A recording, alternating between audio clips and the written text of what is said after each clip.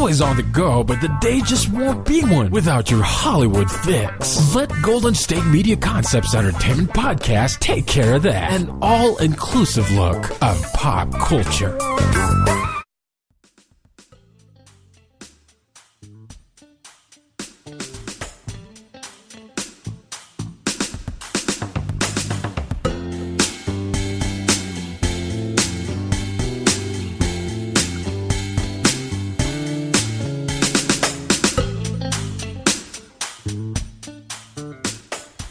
Hello and welcome to the GSMC Entertainment Podcast, brought to you by the GSMC Podcast Network. I am your host, Sarah, and I am happy to be with you once again to talk about what is going on in the world of entertainment. In terms of the world in general, or my world specifically, I realized today that I have friends, well, one friend and one niece, who both left on Monday this week. No, one friend left on Monday. The friend left on Monday, the niece left on Tuesday, but the friend is in India and the niece is in Paris and then London and a couple other places on a band tour that she is doing this summer. So I have international folks right now, and I am not international. I am still here in Northern California, which is fine, but I'm wondering what you are up to this weekend, this summer. Do you have plans to travel anywhere? I will be traveling to Ohio in August, so at least I'm going somewhere, just not internationally. What does that have to do with entertainment news? Nothing, except that I am sure that my traveling friends are being entertained in various ways. At least I hope they are, especially my niece. I hope she's having a fabulous time. She is 15. She will turn 16 in Europe. Not sure where in Europe. I should look at the schedule and see where she'll be when she turns 16. But that is way more exciting than what I was doing on my 16th birthday. I can't actually remember what I was doing on my 16th birthday. I'll have to think about that. At any rate, thank you for joining me. It is wonderful to be here once again, as I said, with you to talk about entertainment news. Our first story is that the ESPYs were tonight, and it will probably come as no surprise to anyone that the best team, the winners of the best team, was the U.S. women's national soccer team, who, of course, just won the 2019 World Cup. What was that, Sunday, I believe? Recently, I know that it was all over my Facebook and Twitter, and I even have one friend who is in Belgium, but she lives in Belgium right now. Her husband's in the Air Force, but another international friend. One friend who did not go to the hospital for her kidney stone until after the U.S. soccer team won. She waited in pain to go to the hospital. Now that is a fan. The ESPY Awards, if you're not familiar with them, are ESPN's annual celebration for all things sports. They were held today in Los Angeles. Tracy Morgan was the host for this event, which was the 27th edition of the ESPYs. Let's see. So Best breakthrough athlete went to Saquon Barkley, who's a running back for the New York Giants. Best college athlete, this will probably be no surprise to anyone, also Zion Williamson, who is a Duke basketball player and was the #1 draft choice. He is going to the New Orleans Pelicans. I can't believe I know that, but I do. Best record-breaking performance went to Drew Brees, who is the New Orleans Saints quarterback and broke NFL all-time record for passing yards in monster Monday night performance against the Redskins. Best comeback was the St. Louis Blues. The Blues went from last in the league in early January to winning the franchise's first championship. Huh. That word just looks really funny to me. In their 52-year history, and correct me if I'm wrong, but that's hockey, right? I think that's hockey. That's terrible that I can't remember.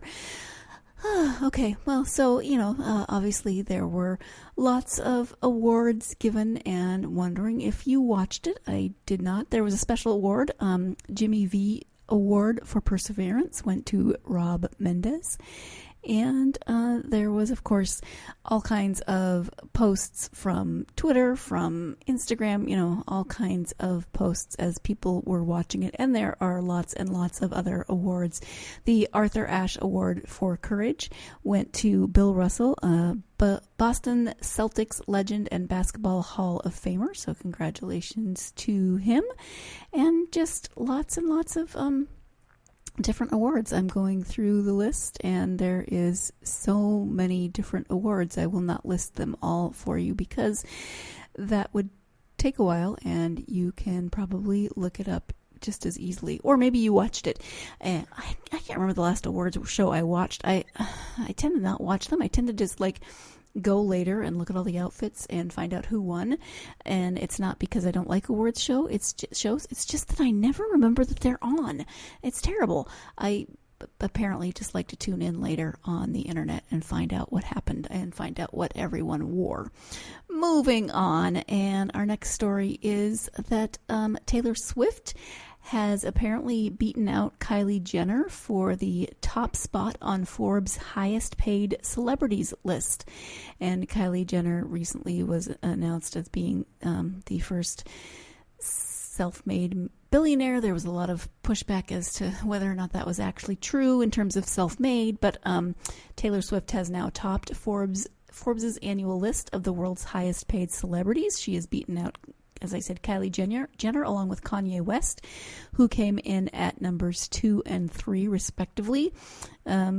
Swift had previously topped the list in 2016 with the help of her 1989 World Tour, but this year marks the biggest earnings total yet for the star.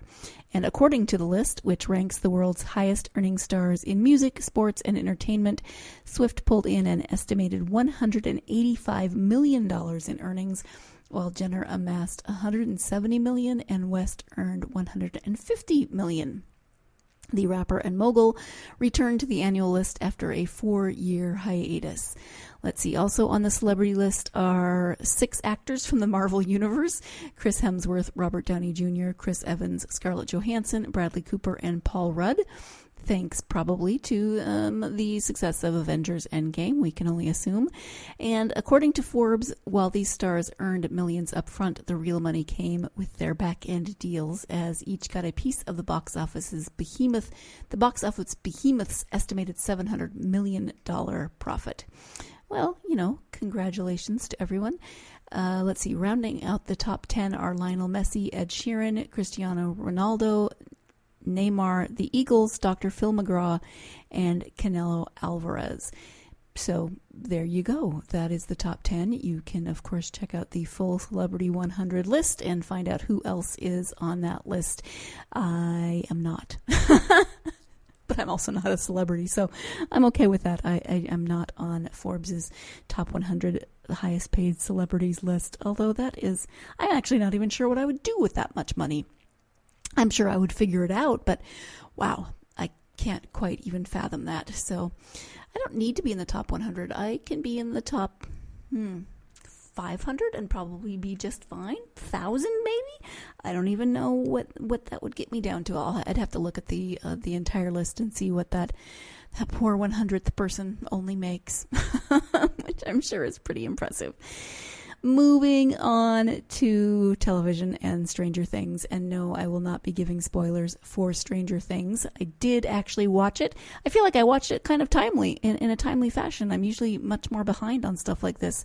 I will say, and this is not a spoiler in any way because I could have said this about season 2 as well, I would totally watch a Steve Dustin spinoff. Those two crack me up. I like them a lot, and I would watch that. So no, this story is that Stranger Things stars Natalia Dyer and Gaten Matarazzo have shared a behind-the-scenes videos actually, of their Starr Court shenanigans. Starr Court is the mall in Hawkins that appears in this season. And of course, I don't want to give you any spoilers, but it does crack me up that the stars of the show have been posting different things, behind the scenes, kind of teasing what's been going on, and they've also been posting things in response to each other as this goes on. So, for example, Finn Wolfhard, who plays Mike, shared some photos of I don't know if it's Gaten or Gatton, I apologize, Matarazzo, who plays Dustin, playing with Starcourt Mall mannequins, and Millie Bobby Brown, who plays Eleven, followed up with her own version of that. Matarazzo has since shared a video of him goofing around with Wolfhard and Joe Curie, who plays Steve. So Natalia Dyer, who plays Nancy, decided to show that things are actually very professional, that's in quote, on set. And then there's wink wink in parentheses. And this video involves, toilet paper, for one thing. So I'm guessing it's not as professional, quote unquote, as you might imagine. Actually, you're probably imagining something that's not professional whatsoever.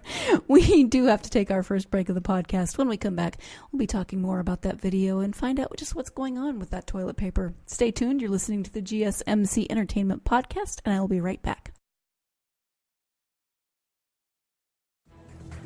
Want to find out what movies to go see? Then check out the GSMC Movie Podcast. It's your ticket to the latest movies, whether it's a new blockbuster event, romantic, comedy, or action flick. This show has got it all covered. They talk some what to go see now, don't bother, what's hot on Netflix, and everything in between. That's GSMCpodcast.com/movie-podcast. When it's all about the movies, it has to be this new show. Don't forget to like them on Facebook and follow them on Twitter. Visit GSMCpodcast.com for more info.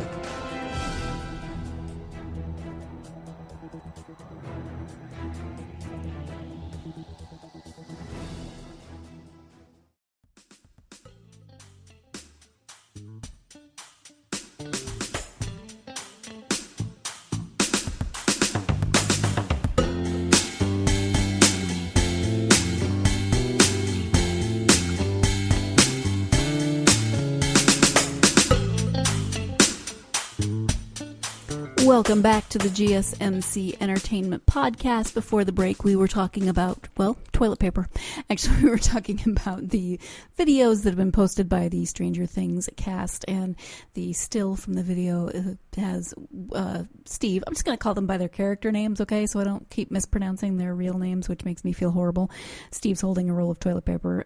He then, when you play the video, he throws it to Mike. And then Dustin somehow comes up to Mike, and Mike smacks the snot out of Dustin. There's a very loud slap sound. It's not real, though. They are just playing around on set. But when I first saw it, I was like, dang, I hope that's fake. It's a very good slapping sound. And then in response, Natalia Dyer, who plays Nancy, posted a picture or a video, of Jonathan, whom she is actually dating in real life, who is being very angry with a mannequin, and she said, I don't know what Dustin is talking about. We're always very professional on set. So I don't know. I just like the relationship between the characters as well as the seeming relationship between the cast members. They all seem to have a very good time on that show, which is good because it's it's called Stranger Things, and it is very strange, and there's some creepy stuff that happens on that show, so hopefully you can have fun in between takes with the creepy stuff.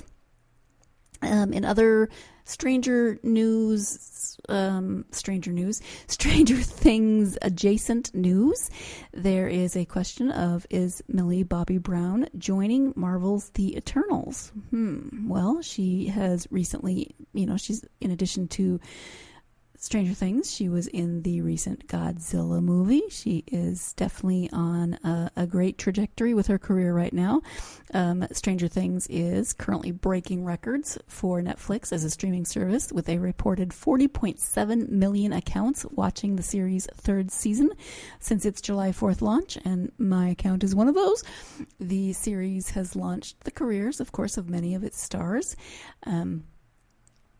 Millie Bobby Brown, of course, as I said, it was in Godzilla versus Kong, and she might be joining, as I said, the Marvel Cinematic Universe. In his preview for Marvel Studios' upcoming Hall H panel at San Diego Comic-Con, Variety's Matt Donnelly said that among the new franchises Marvel is set to unveil at the presentation is the Eternals. He then mentions the previously reported cast members for Chloe Zhao's film, including Angelina Jolie, Kumail Nanjiani, and Richard Madden, before dropping in Millie Bobby Brown's name. This is the first that's been heard about this, so the question is she joining the Eternals? When asked on Twitter about casually dropping the actress's name and whether or not he was just reporting a rumor, Matt Donnelly indicated that Variety sourced reports about the casting, but Marvel Studios would not comment. Any confirmation would presumably be coming at San Diego Comic-Con, so Millie Bobby Brown joining the Eternals is not official yet, but then again, Marvel has not formally announced any of the other cast members yet either. So, well, I mean, I do like Millie Bobby Brown. I like her as Elle. I have not seen her in Godzilla versus Kong, but she's definitely got the right, she's in the right show to segue into more fantasy / science fiction kinds of roles, and and obviously that would launch her career even more if she was in a Marvel movie, because those are just slightly big right now, as we saw from the Forbes article earlier, and all the lovely crazy money that some of those stars have made from that. At any rate, there's been some birthdays happening in the world of entertainment. I'm sure there's a celebrity birthday every day of the year, really, if you think about it. But Jaden Smith recently turned 21. I don't know if I am surprised that he's 21. Somebody posted, wait, he's only 21? And I thought, wait, he's already 21? Probably that's a difference in age. I don't know. I guess I realized he was 21, but doesn't seem like it's quite been that long. But then, I don't believe that I have nieces in their 20s either. So TMZ shared a video, as TMZ is wont to do, of Will Smith toasting Jaden before Jaden went out to celebrate, and joking, as I'm sure parents, all parents, not all parents, but many parents joke, and so they shared a toast, and then Will Smith said something along the lines of, "Here's to you being off my insurance." That's funny. And then, of course, the TMZ crew had to speculate as to whether that was actually true, that he was going to really be off the insurance. Yeah, I don't think he's going to be in too much trouble if he is off his parents' insurance. I think he's probably got at least some money stashed away. Maybe not Forbes 100 money, but I think the kid will be fine. And you probably can't call him a kid anymore unless you're old like me, and everyone's a kid. I'm really not that old, but I am kind of old. Doesn't matter. Speaking of the Smith family, Will and Jada have actually launched a multimedia cross-platform venture, which is actually hard to say. Jada Pinkett Smith and Will Smith launch multimedia cross-platform venture Westbrook Inc. That is a huge headline and very hard to say. They are launching this new media venture, again, Westbrook Inc., which is a cross-platform holding company formed to execute the Smith family's global content and commerce business strategy. This whole article is a tongue twister. Westbrook Inc. will encompass subsidiary companies, including the existing Overbrook Entertainment, Red Table Talk Enterprises, and the recently formed Westbrook Studios, Westbrook Media, and Good Goods, the latter an elevated merchandise business. Kasako Yada will lead the new venture as CEO, and he is joined by Tara Hanks, CAA's former head of global client strategy. Hanks has been named Westbrook Inc.'s president. Also heading the team are new COO Gila Jones, CFO Kevin McDonald, and VP of Business Development Jesse Urim. The idea behind Westbrook Inc. is to leverage the Smith family's experience and success in entertainment and media, along with their proven success in new media and technology landscapes, and bring it under one roof. The goal is to create and curate powerful and inclusive content from all major platforms, from short and mid-form digital content to more traditional television series and motion pictures. Co-founders Will Smith and Jada Pinkett Smith said the venture will allow them to, quote, fully immerse ourselves in all areas of the media and entertainment space with our incredible team of chosen family and longtime business partners. Westbrook Inc.'s mission is to spread positive ideas, art, and products that entertain and empower the greatest number of lives, inspiring the next generation of artists to do good in the world.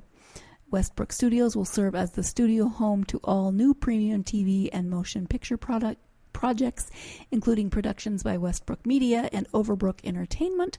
Westbrook Studios is currently home to the Jada Pinkett Smith, Willow Smith, and Adrian Banfield Norris's Emmy-nominated Facebook Watch series Red Table Talk. In addition to developing feature films, television series, and documentary productions from diverse voices, the company will develop projects as starring vehicles for Will Smith in conjunction with the Smith family's extensive Hollywood network.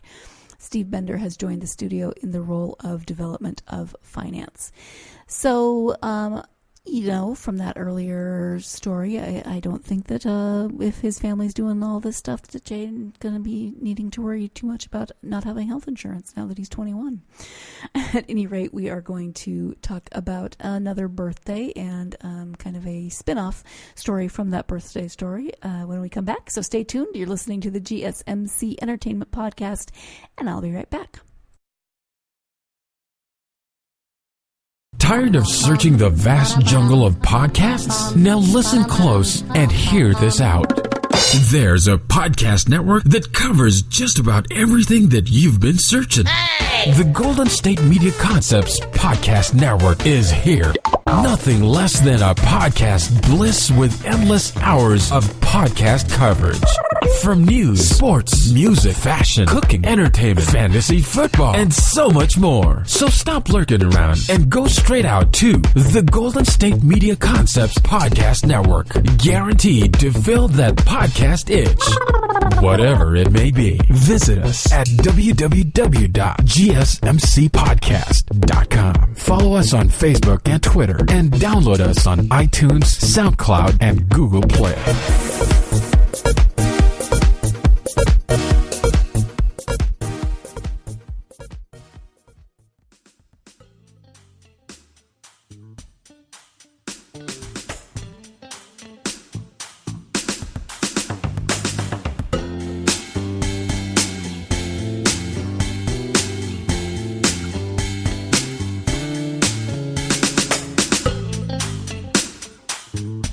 Welcome back to the GSMC Entertainment Podcast. Before the break, we were talking about Will Smith and Jada Pinkett Smith's new enterprise, Westbrook Inc., as well as their son Jaden's 21st birthday. In other birthday news, Ringo Starr recently celebrated his birthday, and this one, at least it doesn't make me feel old because I love the Beatles, but I was not around when they were originally big, so I don't have to feel old now that they're old, maybe? I don't know.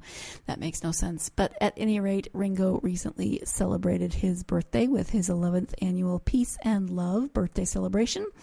David Lynch, Peter Jackson, Nils Lofgren, and more joined him for this special event in Los Angeles. According to Rolling Stone, he shared highlights and behind-the-scenes footage from his 11th annual Peace and Love birthday celebration at the Capitol Records Tower in Los Angeles this weekend. As Starr explains during an interview in the clip, the Peace and Love celebration started in 2008 and came about after a journalist asked Starr what he wanted for his birthday. He replied, "I'd like everyone on the planet to go peace and love on my birthday." The event has since become an annual July 7th tradition, and now fans in over 26 countries have organized their own celebrations. So it's become bigger than just Ringo's birthday. The Los Angeles event this past Sunday found Starr celebrating, as I mentioned earlier, with David Lynch, Peter Jackson, Nils Lofgren, Sheila E., Ben Montench, Ed Begley Jr., and more. The video clip includes snippets of performances by Ben Kyle and Sarah Watkins, the Jacks, and the students of the John Lennon Educational Tour Bus in partnership with the Fernando Pullum Community Arts Center, who sang an original song about peace and love that will premiere online at a later date. Toward the end of the clip, Starr spoke about his hopes for the peace and love movement, saying, "I'm just going peace and love, and you can see it's getting bigger, and maybe it gets so big that it'll be peace and love world. That's my dream." So, go Ringo. He always was such a goofball, and he still kind of is, but peace and love, not a bad thing to wish for on your birthday, and not a bad thing to then celebrate 11 years in a row and make it so that other people start celebrating. That's really not a bad way to commemorate another year around the sun. As I said in the previous section, adjacent news, Beatles adjacent news. This one is Paul McCartney and John Lennon. Apparently the only Beatle we're not covering tonight is George Harrison, but Paul McCartney and John Lennon have hit the rock songwriters chart once again, and this is after the yesterday film premiere. Now, I have seen Stranger Things, but I have not yet seen Yesterday, so I apparently can only stay up to date on so many things at once. Plus, the famed Beatles producer George Martin has debuted on Rock Producers. So the new film, which is from Danny Boyle, brought renewed interest in the Beatles' iconic catalog, as I can only imagine. The film, if you're not familiar with it, from the trailer, involves a guy who does covers of Beatles. He's trying to make a name for himself. He loves the Beatles music. He wakes up one morning, not exactly sure why, to find that he is the only one that remembers the Beatles. No one else in the world does. So he continues singing their songs, and they're all new to the whole world. So as previously reported, according to this article, multiple classics by the Beatles infuse July 13th dated tallies after the first full tracking week following the movie's June 28th theatrical release. In the film, as I said, the lead character, portrayed by Himesh Patel, finds that he's the only person alive who remembers the Beatles, leading him to begin performing their music and passing it off as his own. On the strength of the group's 5 entries on the Hot Rock Songs chart, Paul McCartney and the late John Lennon concurrently debut on the newly launched Rock Songwriters chart, tied at number 4, which is actually kind of cool.